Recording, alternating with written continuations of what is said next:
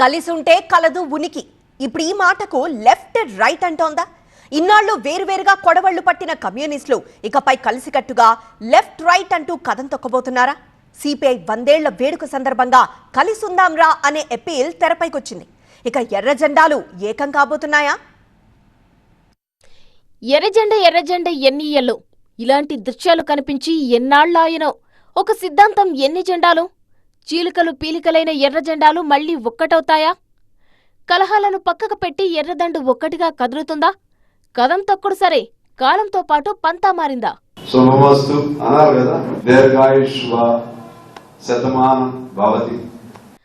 శతమానం భవతి 100 ఏళ్ల పండుగకు సిద్ధమైంది సిపిఐ.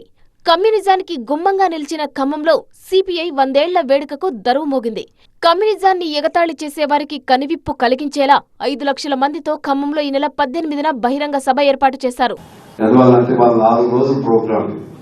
మొదటి రోజు బహిరంగ సభ, తర్వాత సెమినార్, 20వ తారీఖు సెమినార్ అందరూ వస్తున్నారు. ఆల్ పార్టీస్, ఫారెన్ డెలిగేట్స్ కూడా, అంటే హెడ్సా లేదా అంబాసిడర్సా. తమ ఆహ్వానాన్ని మన్నించి సీఎం రేవంత్ రెడ్డి శతాబ్ది వేడుకకు రావడం ఓ శుభ సందేశం, సంకేతమన్నారు సిపిఐ తెలంగాణ కార్యదర్శి కొత్తగూడెం ఎమ్మెల్యే కూనంనేని సాంబశివరావు. ఈ సౌహార్ద సందేశం ఇవ్వడం కోసం మన ముఖ్యమంత్రి గారిని కూడా ఆహ్వానించాం.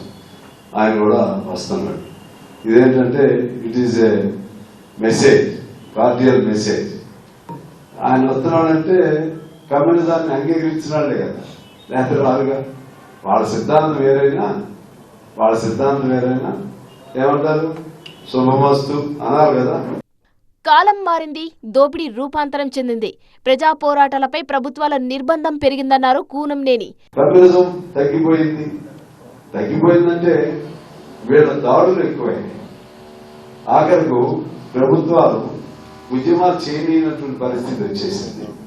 నిర్బంధాలు పెరిగిపోతుంది. అది ఆ ప్రభుత్వం లేదు, ఈ ప్రభుత్వం లేదు, అన్ని ప్రభుత్వాలు అలాగే అయిపోయాయి.